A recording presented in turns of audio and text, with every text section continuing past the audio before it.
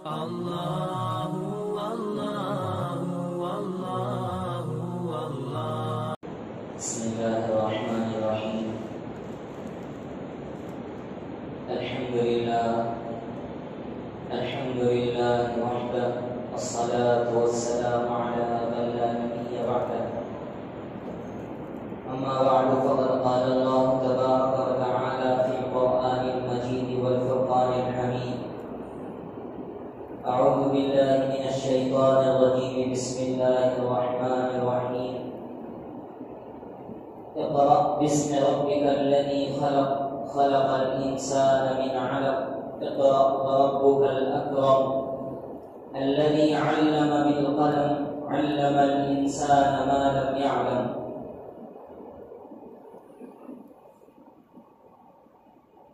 وقال النبي الحبيب صلى الله عليه وسلم: طلب العلم فريضة على كل مسلم ومسلمة. وقال النبي الحبيب صلى الله عليه وسلم في رواية آخر: الحياء شعبة من الإيمان. وقال في رواية: إذا لم تستحي فاصنع ما شئت، أو كما قال عليه الصلاة والتسليم. سبحان ربك رب العزة عما يصفون، وسلام على المرسلين، والحمد لله رب العالمين. اللهم صل على سيدنا محمد وعلى آل سيدنا محمد وبارك وسلم. اللهم صل على سيدنا محمد وعلى آل سيدنا محمد وبارك وسلم. اللهم صل على سيدنا محمد وعلى آل سيدنا محمد وبارك وسلم.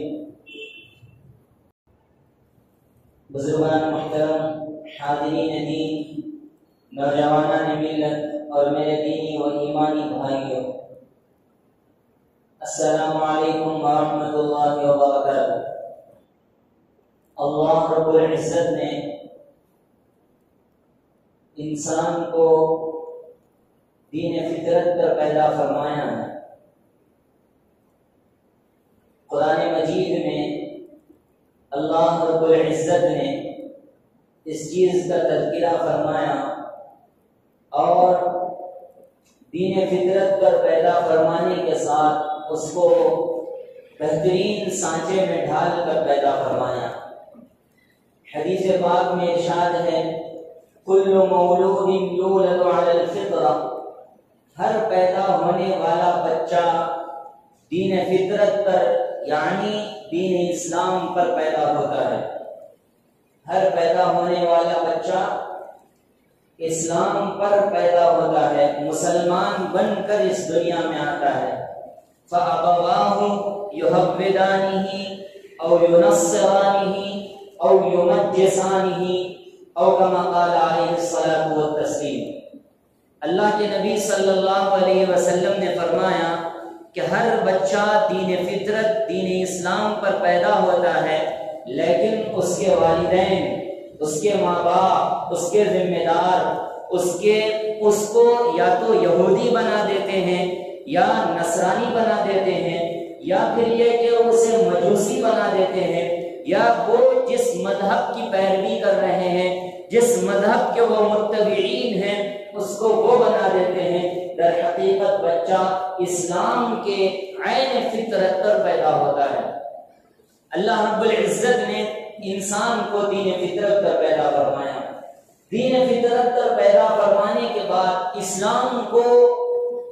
اسلام کے نظام کو مکمل کر کے انسان کے حوالے کیا۔ پورا کا پورا نظام انسان کے جو حوالے کیا گیا وہ تکمیل شدہ ہے، مکمل نظام ہے۔ مہد سے لے کر لحد تک، ماں کے گہوارے سے لے کر قبر کے گڑے تک، اسلام کبھی بھی انسان کی رہنمائی کرنا نہیں چھوڑتا۔ اسلام ہر جگہ یہ بتاتا ہے کہ تمہیں کس طرح زندگی گزارنی ہے، تمہیں بچپنا گزارنا ہے، اسلام اس کے آداب سکھاتا ہے۔ جوانی کس طرح گزارنی ہے، اسلام اس کے بھی آداب سکھاتا ہے۔ آپ شادی شدہ زندگی بسر کرنا چاہتے ہیں، اسلام اس کے بھی آداب سکھاتا ہے۔ آپ بچوں کے ساتھ کیسا رہنا چاہتے ہیں، اسلام اس کے بھی آداب سکھاتا ہے۔ آپ بڑھاپے کی عمر میں داخل ہو گئے ہیں، اسلام اس کے بھی آداب سکھاتا ہے۔ آپ اپنا مال خرچ کرنا چاہتے ہیں، کہیں انویسٹ کرنا چاہتے ہیں، کاروبار کرنا چاہتے ہیں، اسلام اس کے بھی آداب سکھاتا ہے۔ آپ کسی سے لین دین کرنا چاہتے ہیں، اسلام اس کے بھی آداب سکھاتا ہے۔ چاہے عبادات ہو، چاہے معاملات ہو، چاہے معاشرت ہو، چاہے معیشت ہو، چاہے تجارت ہو، چاہے سیاست ہو، چاہے قیادت ہو، ہر جگہ اسلام کامل ترین رہنمائی کرتا ہے۔ قرآن مجید میں اللہ رب العزت نے فرمایا اليوم اکملت لکم دینکم واتممت علیکم نعمتی ورضیت لکم الاسلام دینا۔ آج میں نے تم پر اپنا دین مکمل کر دیا ہے۔ اللہ کے نبی صلی اللہ علیہ وسلم کے زمانی ارشاد فرمایا جا رہا ہے، حجۃ الوداع کے موقع پر حضور آیت کریمہ تلاوت فرما رہے ہیں، آج میں نے تم پر اپنا دین مکمل کر لیا ہے۔ وَأَتْمَمْتُ عَلَيْكُمْ نِعْمَتِي، اور اللہ تعالیٰ نے میرے ذریعے تم پر اپنی نعمت مکمل کر دی ہے۔ وَرَضِيتُ لَكُمُ الْإِسْلَامَ دِينًا، اور بطور دین میں نے تمہارے لیے اسلام کو پسند کر لیا ہے۔ اور یہ جو دین اللہ رب العزت نے عطا فرمایا، اس سلسلے میں اللہ رب العزت فرماتے ہیں وَمَن يَبْتَغِ غَيْرَ الْإِسْلَامِ دِينًا، اسلام کے علاوہ اگر کوئی اور دین کو مانے گا، کوئی اور دین کو طلب کرے گا، کوئی اور دین کو تلاش کرے گا، فَلَن يُقْبَلَ مِنْهُ، اللہ رب العزت کی بارگاہ میں اسے قبول نہیں کیا جائے گا۔ وَهُوَ فِي الْآخِرَةِ مِنَ الْخَاسِرِينَ، قیامت کے دن وہ خسارہ کرنے والوں میں سے ہوگا۔ بات شروع ہوئی تھی دین فطرت سے کہ اللہ رب العزت دین فطرت کے مطابق ہر بچے کو پیدا کرتا ہے، لیکن اس کے والدین یا تو نصرانی بنا دیتے ہیں، یا یہودی بنا دیتے ہیں، یا مجوسی بنا دیتے ہیں۔ اگر آنکھ کی پرستش کر رہے ہیں، مجوسی بنا دیا، ستاروں سیاروں کی پرستش کر رہے ہیں، اسے مجوسی بنا دیا، بتوں کی پرستش کر رہے ہیں، اسے ہندو بنا دیا۔ دیگر اور جتنے دنیا کے اندر مذاہب ہیں، آپ ہر مذہب کو دیکھ لیجئے، اس کے والدین کا کردار اس میں شامل ہوتا ہے۔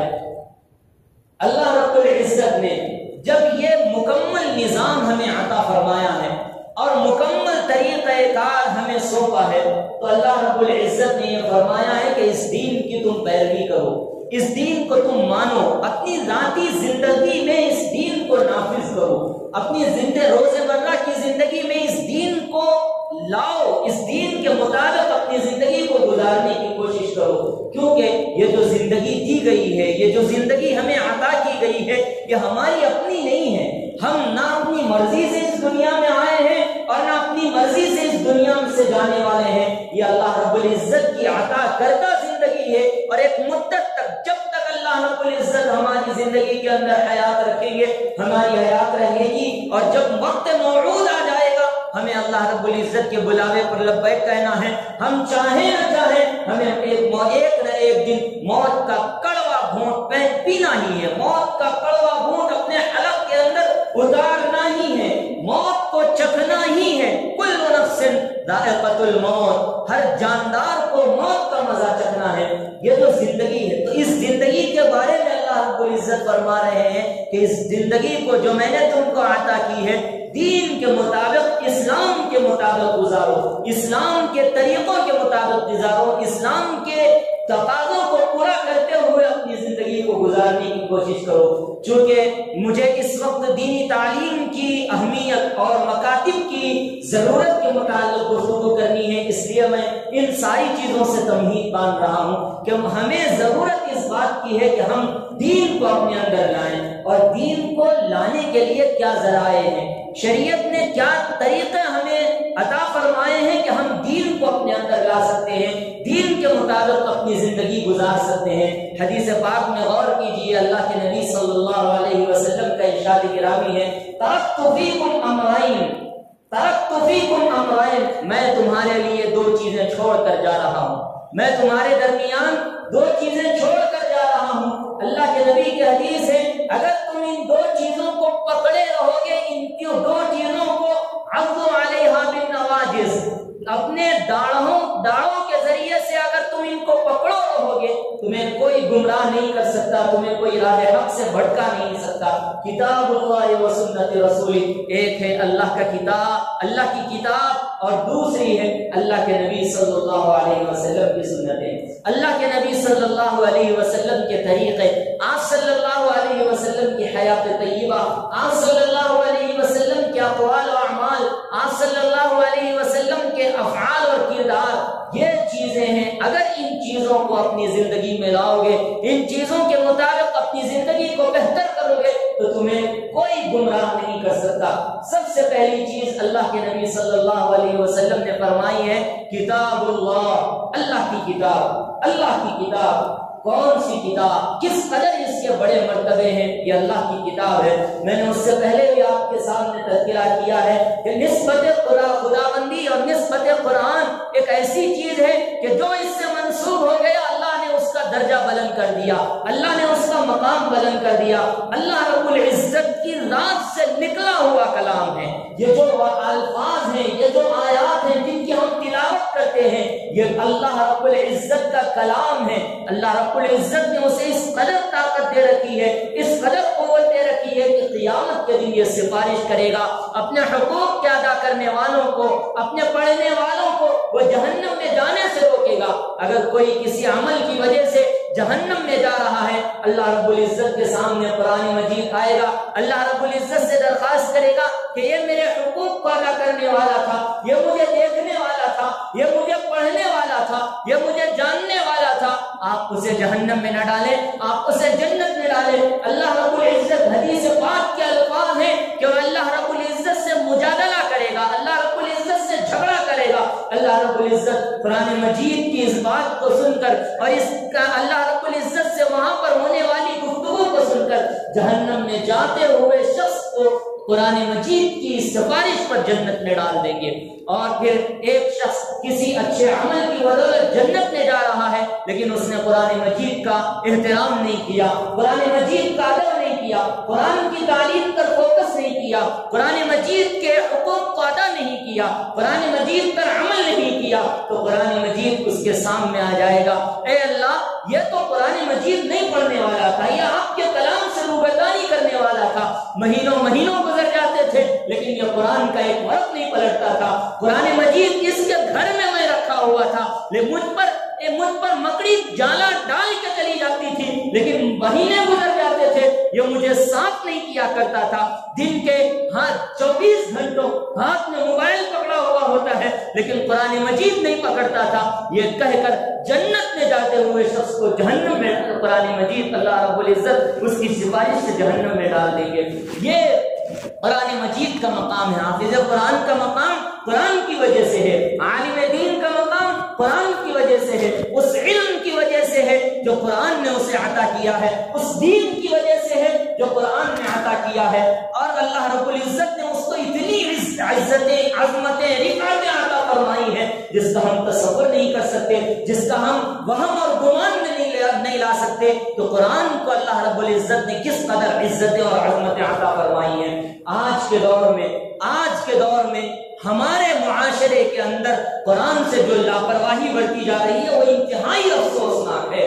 ہم میں سے یہاں پہ بیٹھے ہوئے افراد, یہاں کے محلے کے افراد, پورے شہر کے افراد, پورے علاقے کے افراد, پورے کے پورے صوبے کے افراد, پورے ملک کے افراد ذرا ایک تائرانہ نظر ڈالیں, آپ ذرا غور کریں, اندازہ لگائیں ہم میں سے کتنے افراد ہیں جو قرآن مجید کو تجوید سے پڑھنا جانتے ہیں, قرآن مجید کے حقوق کو ادا کرنا جانتے ہیں. کتنے افراد ہیں جو قرآن مجید کا زندگی میں ایک مرتبہ انہوں نے ترجمہ پڑھا ہے. کتنے افراد ہیں جو قرآن مجید کی آیات کو صحیح طرح پڑھنا جانتے ہیں. مکتب میں بچپن میں قاری صاحب نے جو آیتیں یاد دلائی تھی آج بھی نماز میں وہی 2 آیتیں پڑھتے ہیں, ان کے علاوہ کوئی اور چیز نہیں آتی. نہ وضو کے فرائض آتے ہیں, نہ غسل کے فرائض آتے ہیں, نہ وضو کی سنتیں آتی ہیں, نہ غسل کی سنتیں آتی ہیں. نماز پڑھتے ہیں, سنتوں کا خیال نہیں ہوتا. نماز پڑھتے ہیں, یہ نہیں جانتے کہ ہمیں سجدے میں کیا کرنا ہے, رکوع میں کیا کرنا ہے. جنازے میں کھڑے ہو جاتے جاتے ہیں لیکن درود ابراہیمی تک یاد نہیں ہوتا، جنازے میں کھڑے ہو جاتے ہیں، جنازے کی نماز، جنازے کی دعا تک ہم نہیں جانتے۔ یہ ہماری دینی تعلیم اور قرآن مجید کی تعلیم سے دوری کا حال ہے۔ میرے بھائیوں، ذرا غور کرنے کی ضرورت ہے۔ آج کے دور میں ہم قرآن کی تعلیم سے، دینی تعلیم سے اس قدر دور بھاگ رہے ہیں، اس قدر دوری اختیار کر رہے ہیں جس کا ہم نے شاید کبھی تصور نہیں کیا تھا۔ ضرورت اس بات کی ہے کہ ہم قرآن مجید کی تعلیم پر توجہ دیں۔ اگر آج توجہ نہیں دیں گے، اگر قرآن مجید کی تعلیم پر آج فوکس نہیں کریں گے تو آئندہ آنے والا وقت ہمیں معاف نہیں کرے گا، ہماری نسلیں ہمیں معاف نہیں کریں گی۔ ہم اپنے بچے کو اعلیٰ تعلیم پڑھانے کے لیے، اعلیٰ تعلیم کے لیے ہم بڑے اچھے اسکولوں کا انتخاب کرتے ہیں، ہم تعلیمی معیار کو دیکھتے ہیں، ہم وہاں کے لیول کو دیکھتے ہیں اور پرسنٹیج، پورے ملک میں اس اسکول کا کیا پرسنٹیج ہے، اس اسکول کا کیا، اس کالج کا کیا پرسنٹیج ہے اور اس کا کیا فیصد ہے، ہم یہ سب دیکھتے ہیں۔ لیکن دینی تعلیم کے معاملے میں کیا وہاں قرآن کی بھی تعلیم دی جاتی ہے؟ کیا وہاں کے پڑھانے والے افراد کیسے ہیں؟ ان کا کیا مذہب ہے؟ ان کا کیا طریقہ کار ہے؟ کیا کبھی ہم ان چیزوں پر غور کرتے ہیں؟ کیا کبھی ہم ان چیزوں کے بارے میں سوچتے ہیں؟ ذرا توجہ، اس چیز پہ توجہ دیجیے۔ میں عصری تعلیم کا مخالف نہیں ہوں، آپ پڑھائیے، جو پڑھانا ہے پڑھائیے، آپ اپنے بچوں کو انجینئر بنائیے، ڈاکٹر بنائیے، سائنسدان بنائیے، آپ جو کچھ کر سکتے ہیں کریے، لیکن دینی تعلیم سے انحراف نہ کریے۔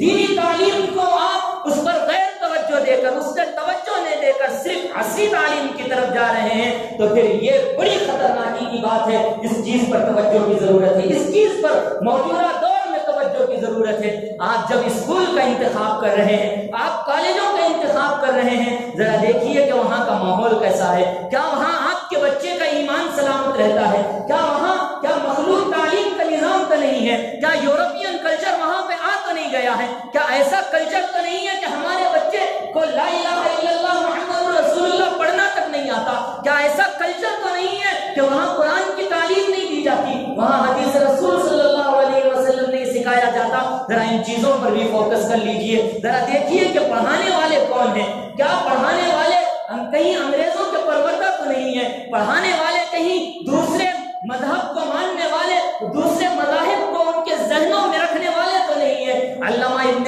حجر کا مقولہ میں آپ کے سامنے نقل کر رہا ہوں، فرماتے ہیں کہ ابن حجر فرماتے ہیں کہ جو بات بچے کے بچپن میں اس کے ذہن میں بٹھائی جاتی ہے وہ بات پتھر کی لکیر کے مانی ہوتی ہے، وہ بات پتھر کی لکیر کے مانی ہوتی ہے، ساری زندگی گزر جائے اس کو کوئی مٹا نہیں سکتا، اس کو کوئی محو نہیں کر سکتا۔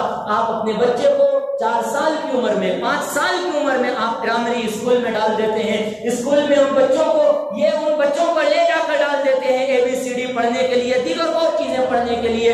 آپ تعلیم کے سلسلے میں چوکنا ہے، فکر مند ہے، بہت اچھی بات ہے، لیکن یہ بھی دیکھیے کہ کیا وہاں پر اس کو مذہب بیزار تو نہیں بنایا جا رہا ہے، کیا وہاں پر اس کے دین کی کوئی فکر کی جا رہی ہے یا نہیں کی جا رہی ہے۔ اس چیز پر غور کیجئے، اس چیز پر توجہ دیجئے، یہ وقت کی ضرورت ہے، یہ وقت کی سب سے بڑی ضرورت ہے۔ اگر ہم ان چیزوں پر توجہ نہیں دیں گے، اگر ہم ان چیزوں کے بارے میں غور نہیں کریں گے تو یاد رکھیے آگے آنے والی نسلیں ہمیں معاف نہیں کریں گی۔ آج کل جن سے پوچھا جاتا ہے بتاؤ بھائی تمہیں نماز پڑھنا آتا ہے یا نہیں آتا ہے، تو قرآن مجید نے نماز کے کیا طریقے بتائے ہیں، نماز میں کتنے فرائض ہیں، کتنی واجبات ہیں، کتنی سنتیں ہیں، اور بچپن ہمیں نہیں آتا صاحب، بچپن میں ہمارے والدین نے نہیں پڑھایا تھا اس لیے ہم نہیں جانتے۔ آپ ذرا آگے کی ایک 10 سال 20 سال کے بعد کا جو جنریشن آئے گا ان کے بارے میں غور کیجئے۔ اگر آپ اس وقت توجہ نہیں دیں گے، آپ کی اولاد آپ کو کوسے گی اور کہے گی کہ اگر ہمارے ماں باپ دیندار ہوتے، اگر ہمارے ماں باپ ہماری دینی تعلیم پر توجہ دیتے تو ہمارا یہ حال نہ ہوتا۔ میں بہت توجہ کے ساتھ آپ سے یہ کہنا چاہوں گا کہ آپ اس چیز پر غور کیجئے۔ آپ اپنے بچے کو صرف اعلیٰ تعلیم پڑھانے کے لیے آپ اپنے لاکھوں روپیہ خرچ کر رہے ہیں تو پھر اس دینی تعلیم کے لیے بھی آپ اچھے مدارس کا انتخاب کیجئے، آپ اچھی جگہوں کا انتخاب کیجئے اور قرآن کی تعلیم کو عام کیجئے، قرآن کی تعلیم کو عام کیجئے۔ حضرت مولانا ابو الحسن علی میاں نقوی رحمہ اللہ کا مقولہ ہے، فرماتے ہیں کہ اگر آپ کو پیٹ پر پتھر باندھ کر اگر اپنے بچوں کو دینی تعلیم پڑھانا ہے پڑھائیے، اگر آپ ایسا نہیں کریں گے، دینی تعلیم کو عام اور انہیں اسلام کے بارے میں، شریعت کے بارے میں آگاہ نہیں کریں گے تو پھر بھول جائیے کہ آگے آنے والی نسلیں دین اسلام تک قائم رہیں گی۔ آج بھی ہمارا جو ایمان ہے، ہمارا جو اسلام ہے، وہ ہمارے بچپن کا مضبوط عقیدہ ہے، اسی کی بنیاد پر ہم قائم ہیں، ہم اسلام پہ جمے ہوئے ہیں۔ اگر آپ اپنے بچوں کے اندر ایمان کا وہ جذبہ، ایمانی روح اگر آج کے اس دور میں اور اس وقت میں نہیں بھریں گے تو پھر ان کی جوانی اور ان کا آخر وقت کیا ہوگا ہم نہیں بتا سکتے۔ آج باطل پوری قوت کے ساتھ، عیسائی طاقتیں پوری قوت کے ساتھ لوگوں سے اسلام سے بے دین کرنے کی، اسلام سے بے دخل کرنے کی کوشش کر رہی ہے۔ ارتداد کی وہ آندھی چل رہی ہے جس کا کوئی تصور نہیں کر سکتے ہیں۔ گھر گھر سننے میں آ رہا ہے کہ مسلم لڑکی فلاں غیر مسلم کے ساتھ بھاگ گئی ہے، مسلمان بچہ کسی غیر مسلم عورت کو لے کر فرار ہو گیا ہے۔ یہ باتیں پہلے کے زمانے میں سننے میں نہیں آتی تھی، لیکن جب سے مخلوط تعلیم کا نظام عام ہوا، ہم یورپین کلچر کی طرف آگے بڑھنے لگے، ہم برقعے کو فیشن کے طور پر اپنانے لگے اور ہمارے سماج کی آزادی کے نام پر اپنی بیٹیوں کو اور اپنے بچوں کے سلسلے میں ان کی دینی تعلیم کی فکر نہیں کی، صرف اعلیٰ تعلیم کے لیے اسکولوں اور کالجوں کا انتخاب کیا اور لاکھوں روپے کی خطیر رقم دے کر ہم اپنے بچوں کو پڑھائیں، اور آگے جانے کے بعد وہی بچوں سے یہ سننے میں آ رہا ہے کہ وہ کسی اور غیر مسلم لڑکے کے ساتھ تو ہماری بچی فرار ہو گئی ہے۔ یہ دینی تعلیم کے نہ ہونے کا حال ہے، یہ دینی تعلیم پر توجہ نہ دینے کا حال ہے۔ یاد رکھیے قیامت کے دن والدین سے سوال کیا جائے گا، آج سے پوچھا جائے گا کہ اللہ رب العزت نے تمہیں اولاد دی تھی، کیا تم نے ان کے بارے میں فکر کی؟ ان کے دین کو، ان کے ایمان کو سنوارنے میں تم نے اپنا کون سا کردار ادا کیا؟ بتاؤ، اگر ہماری یہی صورتحال رہے گی تو ہم اپنے بچوں کو کس طرح سے کہنا، ہم اللہ رب العزت کے سامنے ہم کیا جواب دیں گے؟ اس لیے ضرورت اس بات کی ہے کہ ہم دینی تعلیم کو عام کریں، دینی تعلیم کے سلسلے میں فکر کریں اور بے حیا تہذیب سے اپنے بچوں کو بچائیں۔ یہ فونوں کا، یہ ٹیلی ویژن کا اور یہ ایسا خطرناک ترین دور چل رہا ہے کہ اس دور میں اپنے بچوں کے ایمان کی حفاظت بہت ضروری ہے۔ آپ ٹی وی کے ذریعے سے جو فحاشی عام کی جا رہی ہے، جو بے حیائی عام کی جا رہی ہے، ٹی وی کے ذریعے سے، فلموں کے ذریعے سے، سیریلوں کے ذریعے سے، وہ ان چیزوں سے اپنے اولاد کو چوکنا رکھیے۔ آزادی، زمانہ ترقی کر رہا ہے، زمانے کی ترقی ہے، اس لیے ہم اپنے بچوں کو بڑا موبائل بھی دیں گے، ملٹی میڈیا موبائل دیں گے۔ اس میں آپ کو کیا اعتراض ہو سکتا ہے؟ مجھے آپ اچھے سے اچھا فون دیجیے، کوئی اعتراض کی بات نہیں ہے، لیکن آپ نظر رکھیے کہ کہیں یہ دین و ایمان کے نقصان کا باعث تو نہیں ہے کہ یہاں وہ چیزیں تو بچے نہیں دیکھ رہے ہیں جن سے ان کے ایمان پر ڈاکہ ڈالا جائے گا، ان کو بے حیا بنا دیا جائے گا، ان سے ان کے دینی تہذیب کو ختم کر دیا جائے گا۔ ان چیزوں پر بھی غور کیجیے، ان چیزوں کو ضرورت ہے، ان چیزوں کو سمجھنے کی ضرورت ہے۔ آپ کو یہ باتیں کڑوی لگے گی، آپ کو یہ لگے گا کہ بہت آگے کی بات، آپ کی زمانہ آگے بڑھ رہا ہے لیکن آپ ہمیں پیچھے ڈھکیل رہے ہیں، یہ قدامت پسندی کی باتیں ہیں۔ لیکن آپ اگر ان چیزوں پر غور کریں گے تو آپ کو سمجھ میں آئے گا کہ اللہ کے نزدیک صرف ایمان کی عظمت ہے، ایمان کی حقیقت ہے۔ اللہ کے نزدیک دیگر اور کسی چیز کی اہمیت نہیں ہے، نہ تعلیم کی، نہ دیگر اور کسی چیز کی۔ اللہ رب العزت کے ہاں معاملہ اگر طے ہوتا ہے تو ایمان کے بعد ہوتا ہے۔ دنیا میں اگر کوئی کافر لاکھوں روپیے خرچہ کرتا ہے، لاکھوں روپیوں سے کئیوں غریبوں کی مدد کرتا ہے تو اس کا یہ ثواب، اس کو اگر اچھائی کا بدلہ ملے گا تو دنیا میں ہی، لیکن اگر وہ ایمان والا نہیں ہوگا تو قبر میں جانے کے بعد اس سے وہ حساب و کتاب شروع ہو جائے گا جس کا ہم تصور نہیں کر سکتے۔ جنت کی خوشبو تک اس کو نہیں آئے گی اگر وہ کافر ہے۔ آپ کو اللہ نے اگر صاحب ایمان بنایا ہے، ایمان کی حقیقت اور ایمان کی عظمت آپ کے دلوں میں اگر نہیں پیدا ہوگی تو پھر کس کے دلوں میں پیدا ہوگی؟ ایمان کی حقیقت کو سمجھیے، اس ایمان کے بقا کی فکر کیجیے، اپنے بچوں اور بچیوں کے مستقبل کی حفاظت کیجیے، اپنے بچوں اور بچیوں کے آگے آنے والے ایام اور آگے آنے والے دنوں میں اپنے بچوں کا جو کردار ہونے والا ہے اور نئی نسل کی جو ذہنی ساخت ہونے والی ہے، اس سلسلے میں والدین ذمہ دار ہیں، والدین ذمہ دار ہیں، والدین ذمہ دار ہیں۔ اس چیز کے بارے میں غور کیجیے، اس چیز کے بارے میں غور کیجیے۔ میں بڑے ادب سے آپ سے گزارش کر رہا ہوں، آپ اپنے بچوں کو اچھی تعلیم دیجیے، مجھے کوئی اعتراض نہیں رہی ہیں، لیکن ان کے دینی تعلیم سے اگر آپ بے توجہی برت رہے ہیں تو پھر آج سے زیادہ گنہگار اس دور میں دین کے بارے میں کوئی اور نہیں ہو سکتا۔ اس لیے اس ضرورت اس بات کی ہے کہ ہم دینی تعلیم کو عام کریں اور مغربی بے حیا تہذیب کو اپنے گھروں میں نہ آنے دیں۔ یہ ٹی وی کے ذریعے سے، موبائل کے ذریعے سے، فلموں کے ذریعے سے، سیریلوں کے ذریعے سے معاشرے کو ایک دم بدل دیا گیا۔ پہلے زمانے میں برقع جو پہنا جاتا تھا وہ برائے حفاظت پہنا جاتا تھا، لیکن آج کے دور میں اگر میں آپ کو بات کہوں کہ برقعے کی ضرورت پڑ گئی ہے، برقعے کے لیے بھی ایک اور برقع چاہیے، کیونکہ یہ وہ دور چل رہا ہے جس میں بے حیائی کو عام کر دیا گیا ہے، جس میں گھر گھر بے حیائی پیدا کر دی گئی ہے، اور گھر گھر کے بچے ایسی خطرناک حرکتیں کر رہے ہیں جن کا تصور گزشتہ زمانے میں محال تھا، لیکن آج کے دور میں وہ بڑی عام بات ہے، کوئی بات نہیں، اور ہم بڑی آسانی سے مغربی تہذیب کی طرف اور ان کے ہر ان کی طرف سے آنے والی چیزوں کو ہم بڑی آسانی سے قبول کر لیتے ہیں، چاہے وہ برتھ ڈے منانا ہو، چاہے وہ ویلنٹائن منانا ہو، اور چاہے دیگر اور چیزیں منانا ہو۔ جو بے حیا مغرب کی طرف سے جتنی تہذیبیں آ رہی ہے ہم بڑی آسانی سے قبول کر لیتے ہیں بچوں کی خوشی کے لیے، صرف بچوں کی خوشی کے لیے، لیکن یہی بچے جب ضد کرتے ہیں، یہی بچے جب آگے چل کے آپ کی نافرمانی کرتے ہیں، تب آپ کو اندازہ ہوتا ہے بچہ بہت بگڑ گیا، بچہ بہت ہو گیا۔ جب آپ کو کنٹرول کرنے کی ضرورت تھی، جب آپ کو ان کے خواہشات پر اور ان کے جذبات کو لگام دینے کی ضرورت تھی، اس وقت تو آپ نے آزادی کے نام پر ان کی ہر خواہش کو پورا کیا۔ معاشرے کی طرف سے آنے والی جو ان کی ذہنی فکریں ہیں ان فکروں کو پروان چلایا، اور جب وہ بچے مصر ہوتے ہیں، اصرار کرتے ہیں، گناہ پر آمدہ ہو جاتے ہیں، واویلا کرتے ہیں، شور شرابہ کرتے ہیں کہ ہماری اولاد نافرمان ہو گئی، ہماری اولاد یہ ہو گئی، ہماری اولاد ہماری ایک بات نہیں سنتی، تو یہ دراصل دینی تعلیم کا نہ ہونا، دینی تعلیم کے سلسلے میں ہماری بے توجہی اور قرآن سے دوری کا نتیجہ ہے۔ اس لیے قرآن کی تعلیم کو عام کیجئے، قرآن کی تعلیم کو عام کیجئے، گھر گھر میں قرآن کی تعلیم کو عام کیجئے۔ آج کل کا یہ معاشرہ ایسا ہے، بچے کو ابھی اسکول کھلنے کا وقت آ گیا ہے، اسکول کھل رہے ہیں، والدین رات میں بچے کو کیا کہتے ہیں؟ بچے سو جاؤ، صبح اٹھ کے اسکول جانا ہے، بچے جلدی رات میں سو جاؤ، صبح اٹھ کے اسکول جانا ہے۔ کیا ہمارا کوئی گھر ایسا بھی ہے جو یہ کہتے ہیں بچے سو جاؤ، صبح اٹھ کے فجر کی نماز ادا کرنی ہے، صبح اٹھ کے فجر ہمیں پڑھنی ہے؟ کیا کوئی ہمارا گھر ایسا ہے؟ کیا ہماری ذہنیت کس چیز کا دلالت کرتی ہے؟ فجر بعد سورہ یاسین کی تلاوت کرنی ہے، ذرا پڑھ لو، ذرا اٹھ جاؤ۔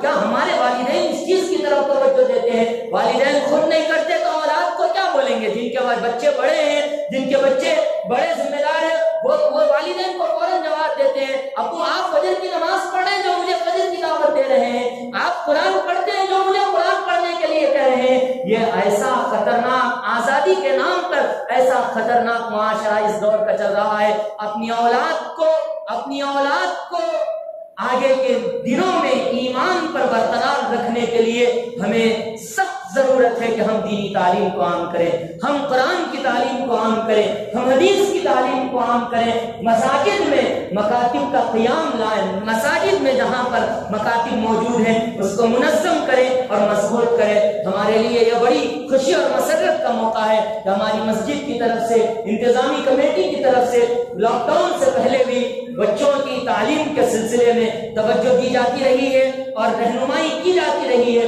اب پھر دوبارہ لاک ڈاؤن کے بعد بچوں کے مکتب کے سلسلے میں جو فجر بات اور عصر بات شروع کی چلتا تھا، اور اس چیز کے سلسلے میں مسجد والوں نے اور یہاں کی کمیٹی والوں نے اس چیز پر غور کیا۔ انشاءاللہ کل سے باقاعدہ عصر کی نماز کے بعد جو مکتب کا نظام تھا اس مکتب کا دوبارہ نظام بحال کیا جائے گا۔ میں آپ سے گزارش کرتا ہوں کہ آپ اپنے بچوں کو مسجد میں لا کر انہیں دین کی تعلیم پڑھانے کی کوشش کیجیے، انہیں اللہ رسول کی باتیں سمجھانے کی کوشش کیجیے، اور بچوں کو کم از کم 5 کلمے تو یاد ہونے چاہیے، نماز کے طریقے تو یاد ہونے چاہیے، کم از کم قرآن کی 10 صورتیں جو نمازوں اور سنتوں میں پڑھ سکے کم از کم اتنا تو یاد ہونا چاہیے۔ اس کے لیے آپ اپنے بچوں کو یہاں لائیں، ان کا ذہن بنائیں۔